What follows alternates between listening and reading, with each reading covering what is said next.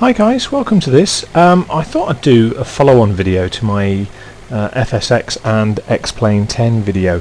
And the reason for this is that both sims are quite good in terms of certain aspects, but both have problems which can be frustrating when you're trying to use them. Now, that's not necessarily to detract from owning or purchasing either of the sims. That's not necessarily what the point of this video is. But the point of the video, I suppose, is to make an informed decision, or to enable an informed decision if you are looking at buying one or the other, or maybe both of the sims. I've got both, and I thoroughly enjoy both for different reasons. But there we go. So FSX, what's wrong with FSX? Well, scenery wise, we've discussed it previously. It's all very well and good. This is Prestwick Airport, which is in Scotland, and as far as airports go, it's fairly generic as far as FSX is concerned. A few oddities, like having American buildings in the middle of Scotland, or certainly over to the west coast of Scotland, makes it rather interesting. But other than that, yeah, there's no real major problems. And that's one of the things with FSX, is it does have some representation at the vast majority of airfields of the layout of the airfield. But that's not really the problem with FSX, or where I see the problem with FSX is. The problem with FSX, as I see it, is more to do with the age of the program and the sort of architecture that's behind it. So let's just get ourselves airborne first, and unfortunately I can't multitask and do two things at once, but there we go. So let's get airborne and we'll discuss it further. There we go. Gear up. So really, what am I getting at? Well, I'm getting at the fact that FSX is 8 years old. Now, in technological terms, if you look at the difference between the PC architecture from 8 years ago and what it is now, there's a massive difference. An absolutely massive difference. It's almost impossible to quantify the difference, which is where FSX has its issues, really. It is running a 32-bit program, which is massively CPU dependent. You know, the graphics cards that are available don't really make any difference to this program. You know, you can have the most potent graphics card on earth and it's not necessarily going to benefit it. You can only use 4 gig of RAM, so it doesn't matter if you've got 8 or 16 gig, the program itself can only use 4 gig. It doesn't mean you can offload other things system-wise into that excess memory, but fundamentally for the performance of your FSX, it doesn't really make any difference. And that really is the number one problem, which is the architecture and age. The follow-on from that, and there always is a follow-on, but the follow-on from that is to do with the fact that because of that, you end up with this situation where the add-ons are becoming increasingly harder and harder to do to make an effective job of it. Now, we do have P3D, or Prepared, from Lockheed Martin. I'm going to mention that briefly in a moment for different reasons. But having seen that in a simulator and having used it in what is basically a professional simulator, there's not actually that much difference between it and FSX. It has to be said. You know, there would be all of this idea that actually what you're going to get is this amazing difference in terms of graphics and scenery, and it's not. It's not like that at all. You know, for an average home user, you're not going to get much difference. However, one of the things you are going to get different is one of my biggest bugbears with FSX, which is how often it crashes. This is a nightmare program for crashes, and it's been like that ever since it was introduced. And as the complexity of the scenery and the add-ons and the aircraft increases, it seems to get worse. So last night, for example, I tried to load up FSX and it just wouldn't. It wouldn't get past the first flash screen. Yet tonight I've, with the same config and all the same things on it, I've gone to load it up and it loaded up first time perfectly. Absolutely no problems at all. And there is no reasoning behind why that should be. There's really no reasoning why the program should operate like that. But obviously something in the background causes it grief. It doesn't like it, and it just refused point blank. There was nothing I could do about it, which made it incredibly frustrating, as you can imagine. So yeah, with all of that in mind, FSX is still the number one. It's the market leader. It's the number one sim that's currently in operation, but it does have those flaws. As I say, the age in architecture, the crashes, and there's a few minor things. The turboprop modelling aren't great, and you know, the fact that all these add-ons are having to do their operations outside of the program and then import the results, particularly with relation to turboprop modelling, which Majestic has had to do a lot with. You know, that's an indicator of the age of the software. So unfortunately, that's where FSX is at. However, as an out-of-the-box simulator, if I'm Joe Bloggs on the street and I want something to go and laze around my local airport and just fly a couple of fun aircraft, all of the default aircraft are okay. You know, they're nothing special because they're the default aircraft, but they're all okay. And the scenery's okay, and if I go to my airport, it looks vaguely like my airport. You know, and as regards to that, FSX is literally what it says on the tin. It looks good, it looks nice, the visual effects are nice. It's just got a few minor drawbacks, and one major one, which is the longevity of the program. But I'm going to have a quick word about Prepared now, P3D, in the second part of this video, and then in the third and final part we'll have a look at X-Plane. But the P3D bit will be fairly short, I would have thought, so I'll see you guys in a moment. Welcome to the second part of this video, guys. Now, Prepared, P3D, however you want to discuss it. This is the, well, many years ago when FSX came out, there was a commercial version run alongside it, which was ESP. And ESP wasn't widely publicised because it didn't need to be, because FSX was there, but ESP was the commercial simulator side of things, which is great. You know, it was quietly chugging away in its background, and it was what was being used on the commercial training simulators. And I did experience this when I went through some commercial training several years ago, and it, to all intents and purposes, it looked like FSX, it behaved like FSX. It just didn't come with some of the shiny bits and had different bits for, you know, things like running instructor stations and different visuals and so on. But fundamentally it was almost visually identical to FSX when you looked at it. So, Prepared. Well, Prepared is basically the offspring or the child of ESP. It's not directly related in terms of lineage to FSX. It's an indirect link, if you like. So there were two programs alongside each other, ESP and FSX, and the ESP one went on to be developed into Prepared. Now, there are two problems really with Prepared. The first one's fairly minor. The first one is that not all of the add-ons that are FSX compatible will necessarily be compatible with Prepared. That's quite straightforward. Because nowadays if you're buying a new add-on, you can have some indication. For example, down here on the website it says FTX Global's coming in, Flight One Tech are releasing stuff. Even Dino Catania, who's a freeware producer, is producing stuff for this. Iris and Caronado are both well-known manufacturers or designers, I should say, of FSX stuff already. So you've got a certain potential level of commonality and a certain potential amount of, if you like, cross-pollination with FSX. Great. You know, why would we not want to look at this? Well, this is, as I say, this is a commercial simulator. It's not designed for the average home user. So as a result, you know, the difficulty there comes in how you buy it. And you can see here the licensing options for license comparison. Professional license, $199. The developer license, $9.95 a month. You get 2 copies, so you can run it. Academic license is $60. That seems quite reasonable. The professional license plus is $2,300. Yeah, $2,300. That I could buy 4 of my PCs for that. That's crazy amounts of money. But I'm not trying to train commercial airliner pilots.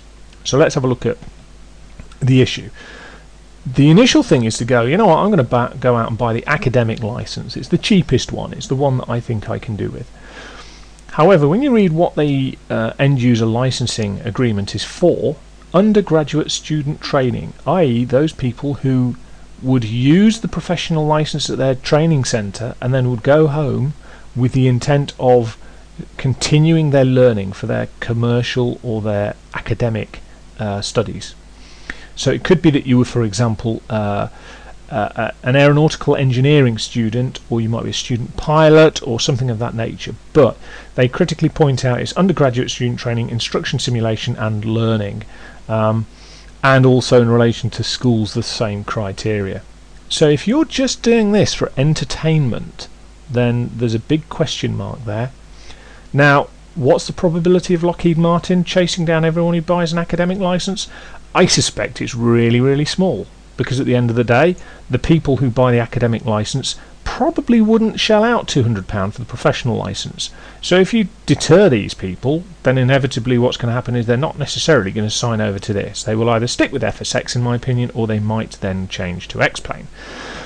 The professional license, $200. Now, this is where the question mark is really now, is that this licensing, because a professional license allows you to train, instruct, learn, or just use it for simulation if you want, or you can be a graduate student to do it for training, instruction, simulating, or learning. But if you're looking at just simulation, which is what most of us are looking at, then in theory you would need the professional license. Now, nowhere in this list does it just say entertainment, and that's where the question mark is, until you get to the bottom. Look, personal consumer entertainment. It is not designed for any of these programs to be used for personal consumer entertainment. Now, as I say, the probability of getting caught out by their legal team if you buy the academic license, I would suspect is pretty slim, but I can't say either one way or another that somebody would or wouldn't get caught out. And this is the biggest single drawback with Prepared. This is as yet unknown, untested. There's a lot of people who've said, even just in my videos, they've commented on, well, you know, when are you going to compare it to Prepared? If I'm producing YouTube content, which is an entertainment purpose at the end of the day, I'm in breach of the end user licensing agreement, and you know, there's nothing to stop Lockheed Martin either closing me down or then chasing after me if I were to look at doing it with an academic license, or indeed any license. So this is the thing, is that if you can meet these criteria, Prepared may well be the way forward. If you can't meet the criteria, then I suggest you look at what risks there are maybe attached for you. So that, as I see it, is the risk with Prepared. The difficulty is as well that actually when you look at it, the only main advantage that as a home user you're going to get compared to FSX is the stability. It's a much more stable system. So am I getting Prepared yet? I don't know. It depends on how I would justify my reasons fitting into these criteria. So yeah, I'll see you guys in the third part of the video, and in the meantime I'm going to go and load up X-Plane. Welcome back, guys, and welcome to Prestwick Airport in Scotland. Exactly the same location as we did with FSX. Right. So X-Plane 10, all is rosy, yeah? Well, no. X-Plane 10 has some amazing features in terms of the quality of its flight dynamics, and then also the sort of community support is quite exceptional with this. A lot of the aircraft that have been made and are available now as payware have been made by only a handful of people at most, and they've made these aircraft because of their love of their aircraft, not necessarily because of commercial gain. However, maybe that's a little bit naive of me. In any case, why would I have a problem with X-Plane? Well, I've discussed the problems with the FSX, so let's have a look at this. This is one of the default aircraft, the C-130, and it's a lovely looking model from the outside, and as indeed are many of the models for X-Plane 10. You know, there's nothing really that stands out and screams that this is any worse or any better than, say, FSX, in theory. So X-Plane 10 has a marvellous system of generating scenery in terms of, I mean, the topographical effects are great compared to FSX, much better. You know, you can see the hills in the distance over here. However, I don't recall Prestwick having a monorail. I don't know, I may be wrong, but last time I was up there certainly wasn't a monorail running past it, but there we go. Then on top of that, the next thing is that for a program that uses the idea of plausible scenery, i.e. this, you know, if we're near a road and there's buildings here and here's a main road, then the probability is there's going to be some trees, and the probability is there's going to be some power lines somewhere. That's great. Which is an amazing piece of programming until you then come around the corner, you've got two windsocks next to each other, some roads randomly in the countryside, and Prestwick Airport hasn't got a single building. I mean, this is just crazy. How can you have an entire airport with no buildings, not a single building? Now, Prestwick isn't the smallest airfield either. You know, it does run commercial flights. It is an international hub, and it's got a very, very long runway. However, apparently it's got no buildings. So, there we go. Right, X-Plane 10. Into the virtual cockpit then. Right. One of the things I find very odd actually is the zoom. The zoom allows you to go ridiculously with your Superman X-ray vision. Like, whoa! Virtual cockpit. Let's zoom back and we'll get the virtual cockpit frame in sight so that we've got a point of reference. So this is the frame of our cockpit.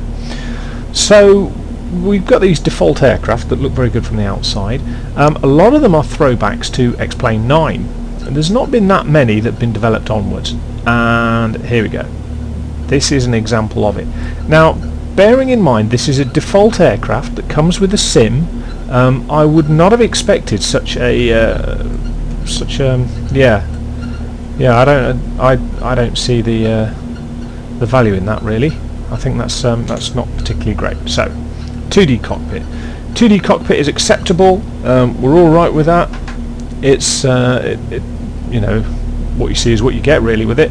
There's nothing particularly exciting about it, but you know, there we go. We can turn left and right and it gives us an indication as to where we're looking. We've still got these silly canopy frames. Oh, hello, what's gone on there?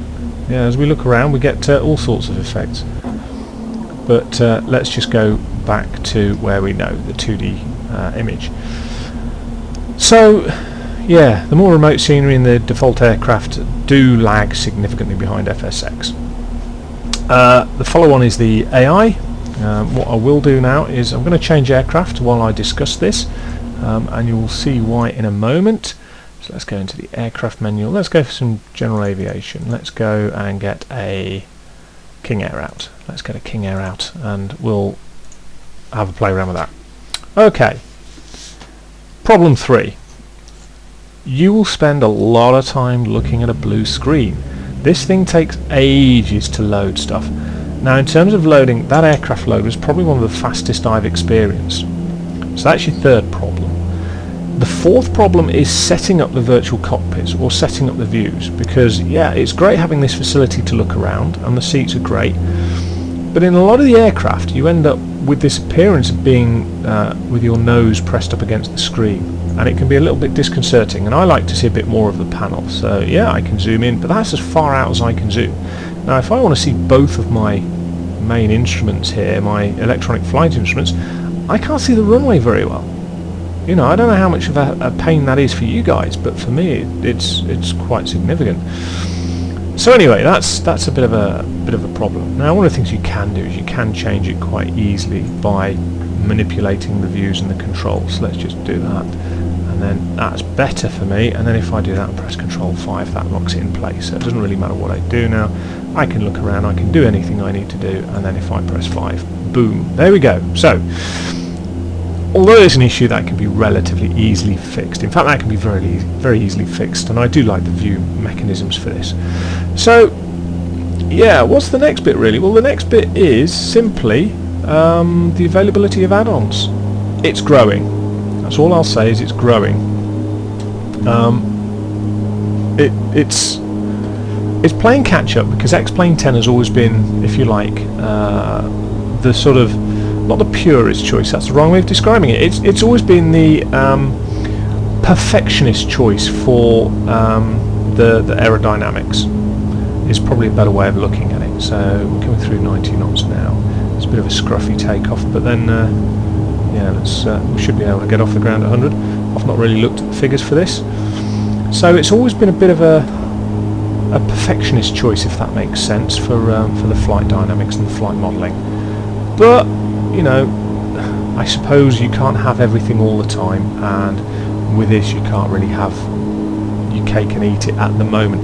Now that's not to say it won't happen. So in terms of modelling, the aircraft are always modelled very well dynamically, but not always the prettiest things to look at, which is a shame. You know, it's in terms of the default aircraft, not a patch on FSX. There are areas where it's, you know, awesome, absolutely awesome, like the scenery, the reflections on the water, the hills in the distance. You know, there are areas where this program is quite phenomenal, and there are areas where it's really badly let down by itself. So I've lost my bearings here over Prestwick. It was somewhere over the airfield. It's not really that important. So, you know, what do we do with this program? I don't know. I mean, look at that view. That is fantastic. So I'm in the process of using both simulators, really. And the reason I'm using both simulators is that each gives me a different thing. I mean, the trimming in X-Plane 10 is much better, for example. The instrument flying is much better because the instruments are smoother, so it's much easier to fly on instruments with them. But really it's let down by things like the AI, the add-ons. The default aircraft aren't particularly great, so very soon after getting it you'll be downloading some of the freeware stuff, or potentially downloading some of the payware stuff as well, which nowadays is actually becoming very good. And if you're quite happy for instrument flying where you might not necessarily be looking at the most glorious scenery all the time, then you may well be very happy with the scenery as it is. For some random reason my propellers have feathered and my engines have stopped, so it's going to be a glide approach and we'll see what happens with this. But I've got a very ominous feeling. I have no idea why those engines have stopped.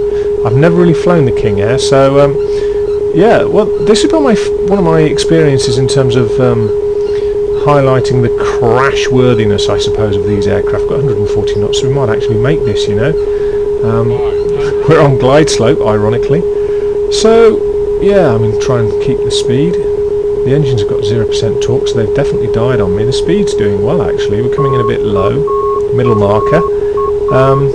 It's the first time I've had to do an engine out landing in a King Air, but you know, the speed's very good actually. So what we'll do, very late on, we're going to put the gear down.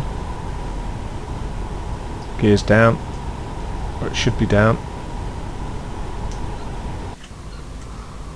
No, gear's not down because we've got no hydraulics. So we're going to have to belly flop it. I can't be bothered doing the emergency hydraulics for this. Obviously it means we've also got no flaps because they're hydraulic in these things. So loss of engines and hydraulics is a bad thing. TCAS alert. Yeah, TCAS alert. Yeah, whatever. We're trying to belly flop an aircraft here. Master warning and the rest. Oh dear, there we go. So while that resets itself, a couple of things really. To summarise, FSX, 8 years old, very old architecture. It's going to be interesting to see just how much further they can push it. What they have done to push it is they've taken its sister program, Prepared, and they've developed it in its commercial field. So then you've got X-Plane, which, if you like, is the outsider because it's the different system with a different architecture. What are their weaknesses? Well, they all have weaknesses. P3D has licensing issues. Let's get that one out of the way. So let's tuck that to bed, put it to one side. It's still 32-bit. It's still basically FSX on steroids. So looking at FSX, 8 years old architecture. Query over the lifespan from my perspective, and it's always been a buggy, unreliable program. X-Plane, I'm looking more at X-Plane. I'm not looking at it in terms of getting rid of FSX. I'm looking at it as a possible program alongside it and to develop more with that. But what I'm finding is that if I'm reliant on the default aircraft and the default scenery, it's not quite the same visual bling and experience as it would be with, say, FSX. However, the amount of add-ons that are coming through and that are available are increasing, and they're increasing at a great rate of knots. So that's my opinions on some of the problems that each has, and hopefully you guys have found this useful. If you have found it useful, please feel free to rate, comment or subscribe. It all goes to giving me some feedback as to where I'm going with this channel and what else you guys would like me to cover. Likewise, I am looking at potentially doing a little bit more X-Plane stuff, because FSX, as I say, crashed on me the other night and was frustrating as heck. So I'm looking at doing a bit more X-Plane, and if there's anything in particular you'd like me to look at, then please let me know. I do have a couple of add-ons for it. I've got the CRJ 200, which I think was done by Javier Roll-On, and I've also got the Flight Professional 757, I think it is, which is one of the newer add-ons, which is pretty much on a par with some of the stuff now for FSX. So with those things in mind, look after yourself guys, and I shall speak to you soon.